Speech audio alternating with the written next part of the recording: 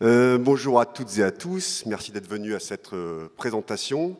Je suis François Deruty, je travaille chez Sequoia.io depuis quasiment 4 ans maintenant et je pilote l'équipe de renseignement sur les menaces et toute la partie suivi des groupes d'attaquants pour Sequoia.io. Et je suis accompagné de Félix. Félix qui est analyste sur le renseignement sur les menaces, plus technique que géopolitique, au sein de cette équipe TDR. Et donc aujourd'hui, on va vous présenter, on a mené une opération de désinfection sur un ancien worm chinois. On va revenir un peu sur l'historique technique de tout ça. Et on a mené une opération de désinfection avec différentes autorités, Europol, les autorités françaises. Et on va vous expliquer un peu le bilan de cette histoire, comment ça a commencé, où on est arrivé, puis un peu les résultats qu'on a obtenus. Voilà, en espérant que ça vous intéresse. Et puis il y aura une séance de questions à la fin. Je ne sais pas si on en a pour 45 minutes, mais voilà. Félix. Allons-y. Donc tout commence en fait par un malware qui s'appelle PlugX. Alors certains d'entre vous et certaines, je pense, on en entendu parler. C'est vraiment un peu le papy des malwares, des modes opératoires chinois, donc vraiment associé au MSS dans le domaine du cyberespionnage. Et c'est quelque chose, voilà, ça fait 15 ans, je pense que c'est en 2012 où ça a commencé sur la Mongolie. Il a été utilisé, réutilisé, et aujourd'hui, il est toujours utilisé. Donc ça fait à peu près 15 ans, on a connu plein de variantes de ce malware, mais on l'a toujours dans nos réseaux, malgré le fait que chez TDR, on ait des trackers, etc., etc. On le voit toujours utilisé dans des campagnes de cyberespionnage. Donc en gros, pour le petit aspect technique, ce qui a différencié PlugX des autres malwares quand il a été créé, c'est cet aspect, ce qu'on appelle du DLL sideloading, c'est-à-dire que vous avez un binaire totalement légitime, ça peut être un binaire de Microsoft, d'un antivirus ou autre, et on va détourner son exécution, donc il est signé, il est trusté par le système, mais son exécution va être détournée, il va charger en fait une DLL malveillante qui elle-même va charger en mémoire un blob de données chiffré qui contient PlugX. Donc en termes de signature antivirus, pour la petite histoire, généralement on les fait sur la DLL malveillante, voire même sur le payload qui est chiffré quand c'est vraiment un chiffrement tout pété du XOR par exemple. Et un beau jour, il y a eu des opérateurs chinois, donc d'un mode opératoire qui s'appelle Mustang Panda, qui ont eu la joyeuse idée de mettre la peste et le choléra ensemble. Ils se sont dit, tiens, on va utiliser ce malware qui est une backdoor totalement normale pour compromettre des systèmes d'information, donc avec quelques commandes du type exécution de commandes, téléchargement de fichiers, ajout de clés de registre, etc., etc. Et on va le modifier et on va en faire un worm.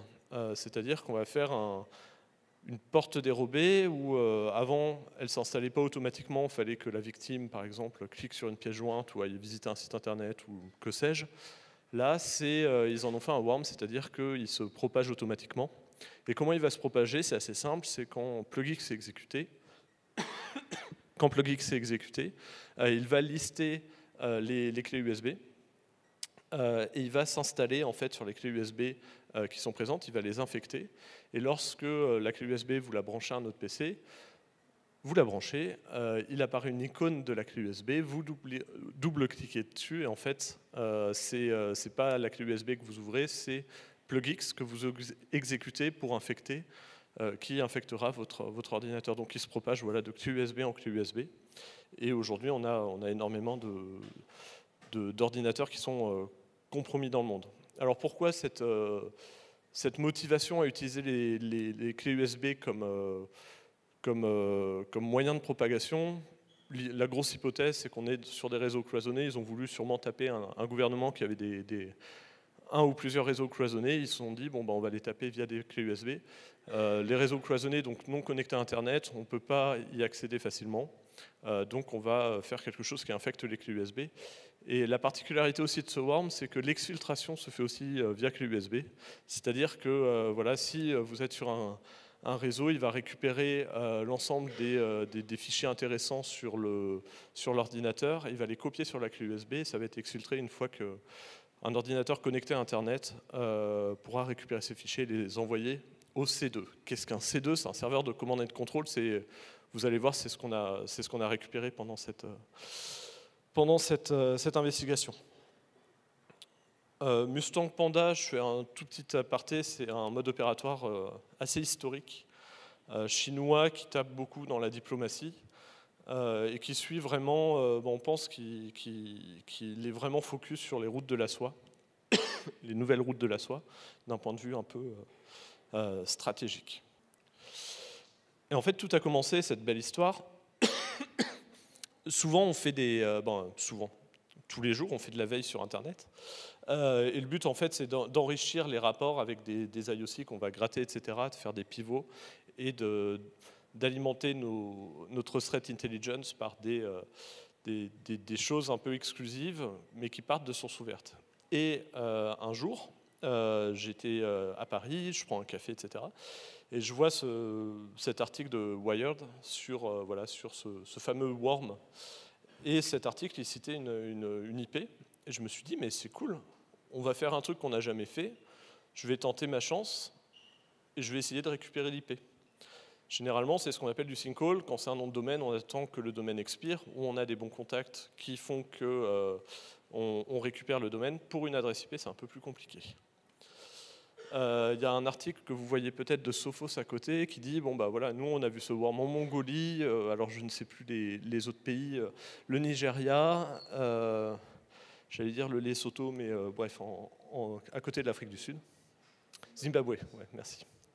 Et voilà, on les a vus que dans ces quelques pays. Donc on a ça. On a Mustang Panda qui en 2020 a cette joyeuse idée d'intégrer un composant wormable à PlugX. Et nous, plutôt, on voit que ça a été créé, ils l'ont balancé dans le réseau, plutôt dans des réseaux.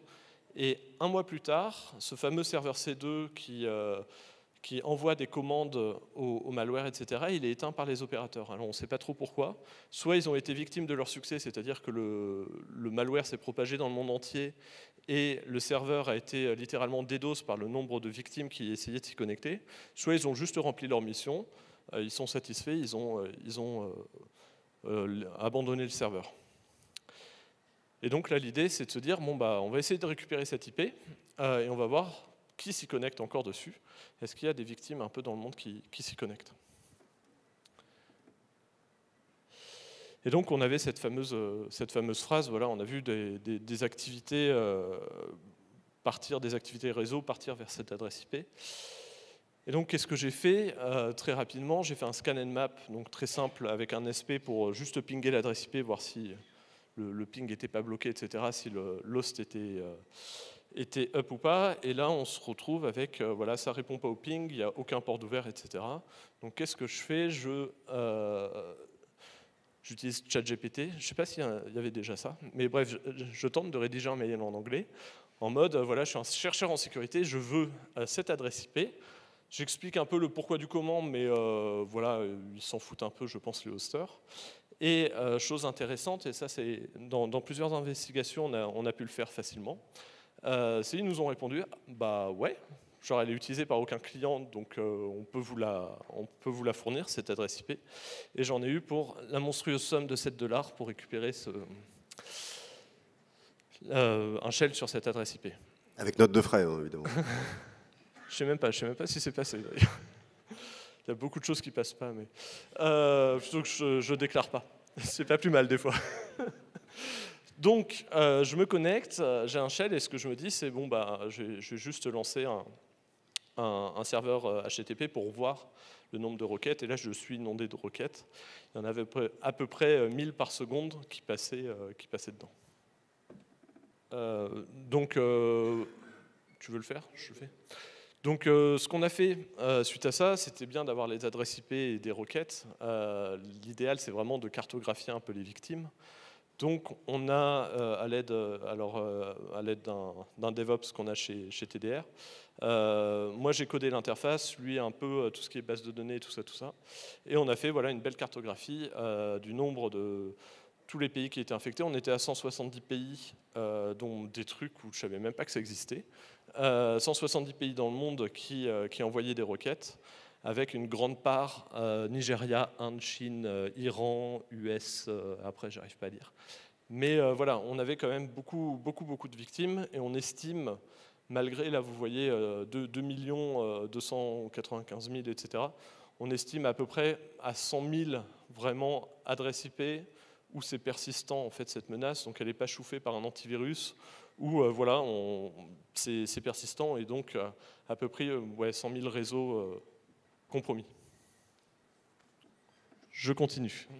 En fait, je vais la faire. Donc, ce qui est intéressant là-dessus, c'est très rapidement, on s'aperçoit en regardant la cartographie, donc le mapping des pays, que beaucoup de pays très infectés sont proches de détroits ou sont proches de détroits stratégiques. Donc, c'est ces petits cercles rouges. Mais vous avez aussi pas mal de pays très infectés avec des investissements chinois. Le problème, c'est qu'il peut y avoir un biais. En fait, il peut y avoir deux biais. Déjà, la Chine investit à peu près partout dans le monde, donc c'est logique. Le deuxième biais, c'est que voilà, on arrive quelques années après le début du worm, donc il a eu le temps de se propager dans le monde entier. Et donc, on a un biais de limite de confirmation, même si voilà, en fait, il s'est propagé.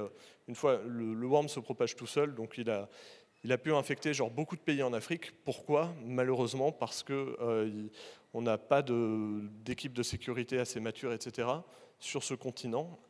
Et voilà, c'est un peu le parent pauvre de la cybersécurité. C'est pour ça qu'on le retrouve beaucoup en Afrique. OK. Et je me lève encore un beau jour et je me dis, mais oh, c'est trop cool, on a un sinkhole, on va pousser un peu le vis, on va pousser le vis un peu plus loin. On va voir si on peut désinfecter à distance les ordinateurs qui s'y connectent. Tout simplement, on a le C2, donc le serveur de commande et de contrôle. Je demande à Charles, qui est dans la salle, qui est notre reverseur, est-ce que tu peux me dire si la crypto des communications est totalement, plutôt elle est cassable, genre si c'est pas de l'asymétrique, genre si on peut vraiment envoyer des commandes aux victimes. Et on va aussi voir s'il y a des commandes de désinfection. Donc on s'est vite rendu compte que la cryptographie des communications de PlugX était vraiment toute pétée. Je ne sais plus si c'était du RC4 ou un truc comme ça, avec une clé qui était partagée entre le C2 et le client, mais vu que la clé était déduite en concaténation entre le C2 et le client, mais vu que tous les clients avaient la même clé parce que le worm se propage, évidemment, c'est toujours la même... ils se clonent en fait, donc ils ont toujours la même clé cryptographique, on pouvait envoyer ce qu'on voulait à tous les clients, plutôt toutes les machines infectées. Et là on a eu deux options. La première c'était, on envoie une commande de désinfection, PlugX a une espèce de commande de désinfection qui permet en fait de supprimer PlugX de l'ordinateur, supprimer sa persistance, et voilà. Le problème c'est qu'il réside encore sur la clé USB. Donc si quelqu'un rebranche la clé USB, double-clic, il se fera réinfecter. On a aussi le délire en mode, on va aller encore plus loin. Et ça, c'est Charles qui a vraiment développé ça. C'est l'idée, on désinfecte la workstation, et si la clé USB est connectée, on supprime aussi sur la clé USB PlugX. Le problème, c'est que là, on deal avec une clé USB où on ne sait pas quel fichier il y a. Il faut restaurer aussi les bons fichiers aux bons endroits, parce que les fichiers, en fait, ils sont cachés par le worm. Comme ça, la personne, quand elle ouvre la clé USB, elle voit que la clé USB et pas ses fichiers. Donc, elle est poussée à cliquer sur PlugX. Donc, il faut restaurer les fichiers à un état initial, etc. C'est relativement compliqué. C'est faisable, mais très compliqué. Donc, du coup, en résumé, on a à peu près une cartographie complète des pays infectés. On a identifié la façon d'envoyer des désinfections plus ou moins facilement, en tout cas, ou plus ou moins efficacement sur le PC ou sur la clé USB. Et puis on se demande voilà, comment on va mettre tout ça en œuvre. Donc pendant qu'ils préparent la partie technique, de l'autre côté, nous on commence déjà à discuter avec les différentes autorités, qu'est-ce qu'on va mettre en place pour essayer d'aller adresser tous ces équipements à désinfecter. Et puis il nous faut un cadre législatif, il nous faut un soutien, on ne peut pas le faire nous-mêmes, on n'est pas des cow-boys. Et puis on a passé beaucoup de temps aussi à l'ANSSI tous les deux, on sait que voilà, parfois, le risque, c'est quand on doit envoyer une charge de désinfection, qui est une charge un peu utile, qu'est-ce qui nous garantit qu'on ne va pas faire tomber un hôpital à l'autre bout du monde, qu'on ne va pas avoir un problème ou un effet de bord qui est non maîtrisé. Donc on a absolument besoin d'avoir en tout cas un deuxième check des autorités, quelles qu'elles soient, pour nous accompagner un peu dans ce framework-là. Et pour proposer ça et pour que ce soit efficace, on travaille sur un concept de désinfection souveraine, peu importe le terme, mais Félix et les équipes TDR vont développer un portail qui du coup, on va pouvoir mettre à disposition soit des autorités françaises pour désinfecter déjà la France et les équipements compromis, mais également donner la possibilité à chaque pays, avec ses propres logins de mot de passe, de désinfecter les éléments qu'on leur enverra. C'est-à-dire que les pays vont nous solliciter, on fera un filtre en disant voilà les adresses IP qui sont infectées dans votre pays, et on leur donne le moyen de les rentrer eux-mêmes dans notre portail pour choisir lesquels ils veulent désinfecter. On se dit qu'il y a peut-être des pays qui vont se dire « moi je vais désinfecter toutes les IP qui me concernent sans me poser la question, j'y vais voilà, brut de fonderie ». Et puis on en a qui vont plutôt nous dire « moi je vais identifier potentiellement les victimes qui sont derrière ces adresses IP-là et si j'en ai d'intérêt, des organismes critiques, secteur de la défense, j'irai les désinfecter ou je les mettrai une par une ». Et on veut laisser cette souplesse-là à chacun. Donc je vais décrire la vidéo. En gros, Merci Félix. En gros, comme le disait François, on laisse vraiment les autorités du pays en question, via cette interface, à rajouter les assets qu'ils veulent désinfecter. Il y a aussi le mode un peu red button, c'est-à-dire il y a vraiment des checkbox. D'ailleurs, j'en avais créé 3 ou 4, et la 4e, c'est je ne sais pas ce que je fais, mais je le fais. Donc voilà, là on met les adresses IP. C'est une démo, attention. On met les adresses IP. Là, je fais juste une confirmation. Je sais ce que je fais parce qu'elle n'est pas dans mon pays d'origine. J'ai un petit drapeau pirate, c'était pour les tests. Et en gros, c'est l'adresse IP d'une machine virtuelle qu'on va infecter. Blablabla. Ça, c'est Charles qui fait la démo. Il exécute plugx dans un environnement contrôlé. On voit via Wireshark les... je vais peut-être faire une pause. On voit via Wireshark les données qui sont envoyées, donc le malware qui beacon, et le malware se trouve... Le malware reçoit une charge de désinfection et à la fin, l'opérateur sur le panel de la campagne a la télémétrie, comme quoi il y a un vaccin qui a été envoyé à telle adresse IP, à tel moment, etc., etc. Donc il peut vraiment suivre en live la campagne de désinfection. Et là, je pense que voilà, je fais un F5 et voilà, j'ai envoyé un vaccin à telle adresse IP, qui était notre machine virtuelle. Et on a un chiffre 1. Voilà. Et en gros, en termes de dev, c'est moins d'une semaine, si je me souviens bien un peu, tant le back-end, etc. Vu qu'on avait déjà le sync call et la télémétrie, on avait juste à changer 2-3 trucs et ça passait relativement bien. Donc techniquement, on est prêt et maintenant commence j'allais dire, pas un long combat, mais une longue série de meetings, d'emails, parce qu'il faut qu'on aille convaincre. Maintenant, on a toute l'infrastructure, donc on va essayer de convaincre. Alors, je ne sais pas si on a dans la salle, mais je peux déjà remercier les autorités françaises, ministère de l'Intérieur, Parquet Cyber, l'ANSSI, qui nous ont beaucoup aidés pour rentrer en contact. On est membre d'Europol depuis quelques années. On participe au groupe de travail qui participe à toutes les opérations de takedown, en tout cas le plus possible en fonction de nos contributions, comme de nombreux éditeurs européens. Et du coup, voilà, on a le gros support des autorités françaises, on a le support d'Europol. Ils nous permettent de présenter tout ça à une quarantaine de pays. On fait plusieurs présentations, on a beaucoup de questions complémentaires, on doit rassurer, on doit expliquer, on doit préciser voilà, est-ce que la charge va avoir un impact, on doit prouver le reverse, donc on fait beaucoup de réunions. Et puis finalement, avec les réseaux des CERT Network, donc les réseaux des CERT gouvernementaux, qui sont un peu les homologues de l'ANSSI dans chaque pays, plus les équipes judiciaires d'Europol et d'Eurojust, on arrive finalement à avoir ce process via les autorités françaises de joindre et de proposer à tout un tas de pays de participer à cette opération.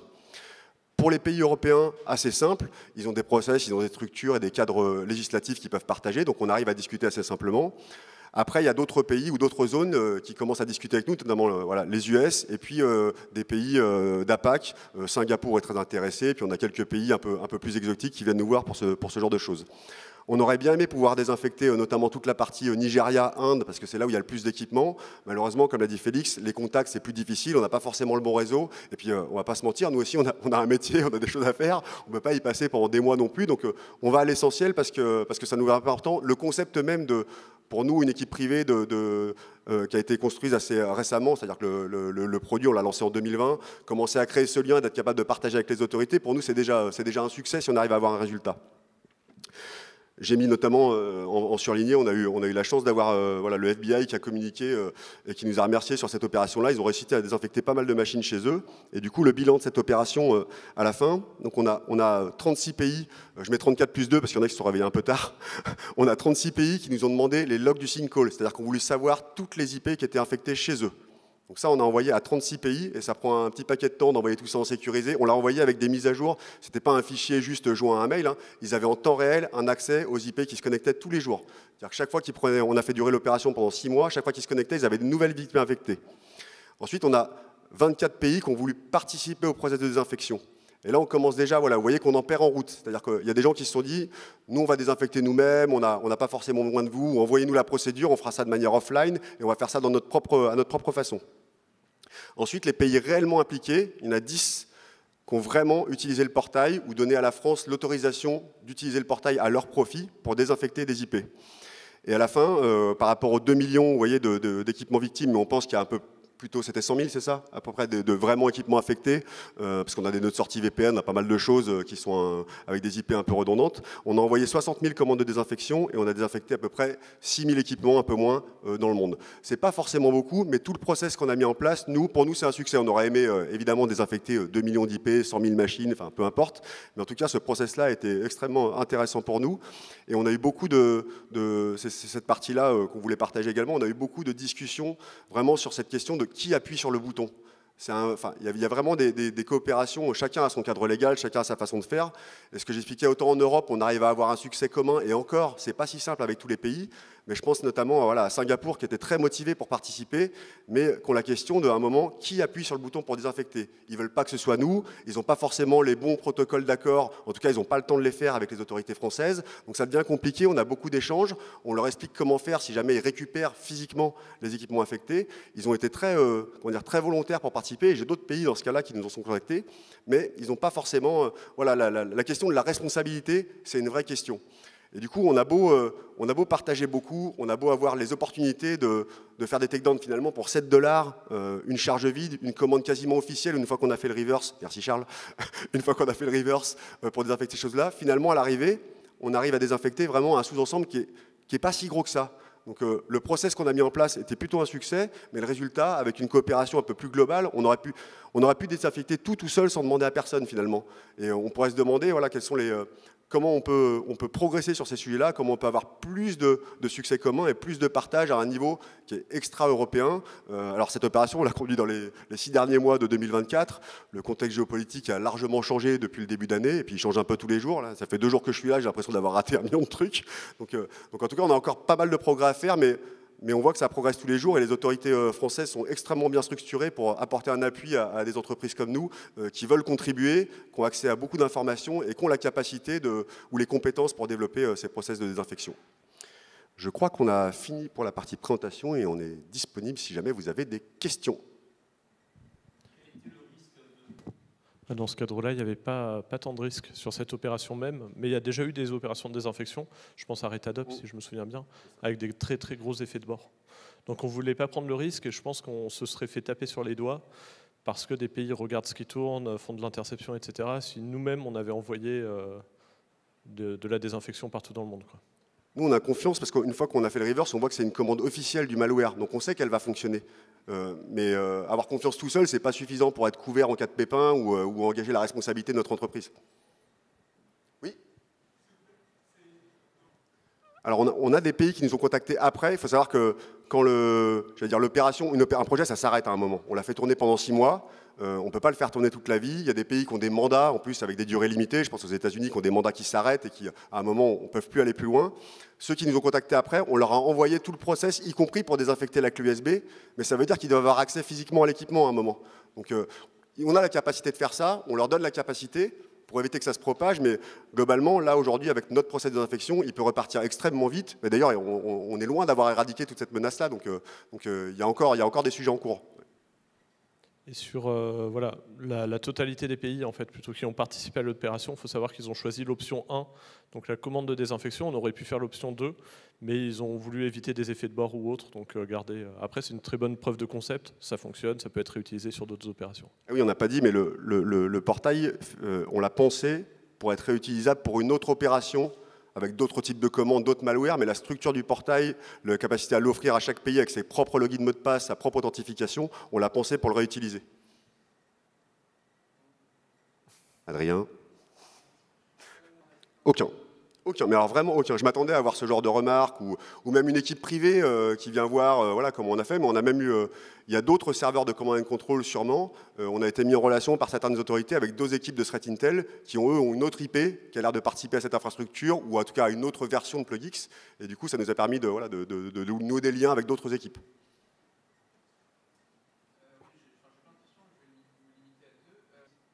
On n'y avait pas accès. Plutôt aux machines compromises, on n'y avait pas accès. Là, en plus, c'est des logs. Les premières compromissions, c'était en 2022, 2021.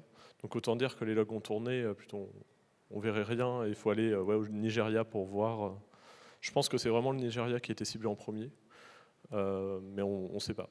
En revanche, on a eu quand même des confirmations d'autorités qui ont bossé sur le sujet, qui ont surtout moins accès, que pendant ce mois-là, il était effectivement bien utilisé par le MSS pour de vraies opérations, ce qu'évoquait Félix tout à l'heure, c'est-à-dire que soit ils ont atteint leur objectif, soit ça a trop eu de succès.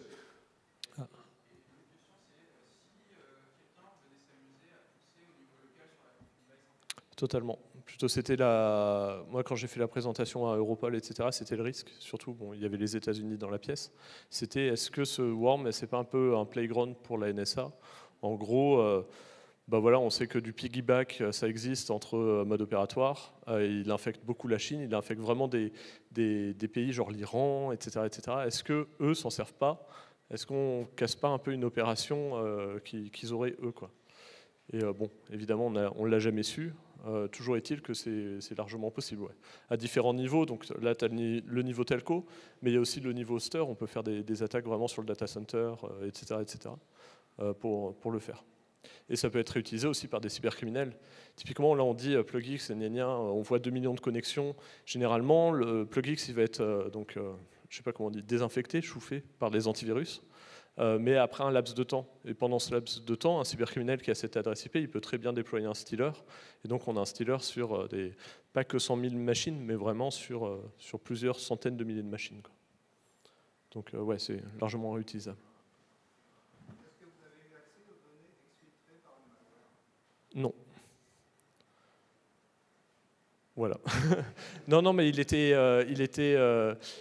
dormant. On n'a pas vu parce qu'il faut que l'opérateur tape vas-y, exfiltre-moi les données qui sont présentes sur les clés USB pour vraiment les exfiltrer. Et vu que nous, on n'a jamais envoyé de commande, à part celle de désinfection, on n'a jamais reçu de données. Et puis, il prend ses ordres au C2, mais si jamais il exfiltre, ça se trouve, il envoie ça ailleurs, et on n'a aucune connaissance de ça. Alors, le lien avec Mustang Panda, il est fait sur la randomisation des exports des DLL. Voilà. En fait, il y a du garbage. C'est des noms d'export qui ne sont pas normaux. Et toutes les DLL un peu de Mustang Panda, PlugX ont cette anomalie. Et c'est comme ça, d'ailleurs, on a des IARA pour les traquer facilement. Et pour l'exfiltration, on n'a vraiment rien eu. Je me suis d'ailleurs, là pour revenir au truc de compromission, NSA, etc., j'avais créé sur notre C2 un fourth party trap, c'est-à-dire que si je recevais des données qu'on n'a jamais envoyées, genre une réponse à une commande qu'on n'a jamais envoyée, ça voudrait dire que quelqu'un est sur la ligne et a envoyé une commande. On a eu des anomalies, mais jamais de trucs vraiment très probants. Mais il y a eu de belles anomalies.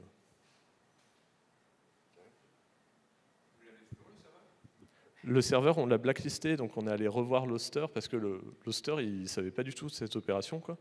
Et on est allé lui dire, bon, ça fait quelques mois qu'on coopère avec des autorités sur ce truc-là, etc. Il faudrait que vous évitiez de le réattribuer à des clients après notre passage. Et ouais, apparemment, ils l'ont blacklisté. Donc j'espère qu'ils l'ont vraiment fait. Mais ils étaient bizarrement très très sympas. Plutôt cet hoster était vraiment coopératif, quoi. Et pas cher. Ça peut être de la réinfection, ça peut être aussi des nœuds VPN où il y a pas mal d'adresses IP compromises qui passent par un même nœud VPN. On a aussi il y a du Starlink plutôt. On a aussi des réseaux qui ont été multiponcés. On le voyait par rapport au header HTTP que les IP internes différaient. Et donc on avait plusieurs workstations dans des mêmes réseaux qui étaient compromis. Donc voilà, il y a une grosse différence, mais ça s'explique aussi parce qu'il y a encore plein de clés USB compromises qui dorment, mais qui sont toujours branchées exécuter. Et là, il y a eu un travail. Le problème, c'est l'aspect antivirus. Et c'est un très gros problème. On ne peut pas vraiment désinfecter les clés USB, sinon les utilisateurs n'ont plus accès à leurs fichiers vu qu'ils sont cachés par le worm. Et là, on fait quoi? C'est la grande question. Voilà, il y a beaucoup de clés USB compromises dans la nature.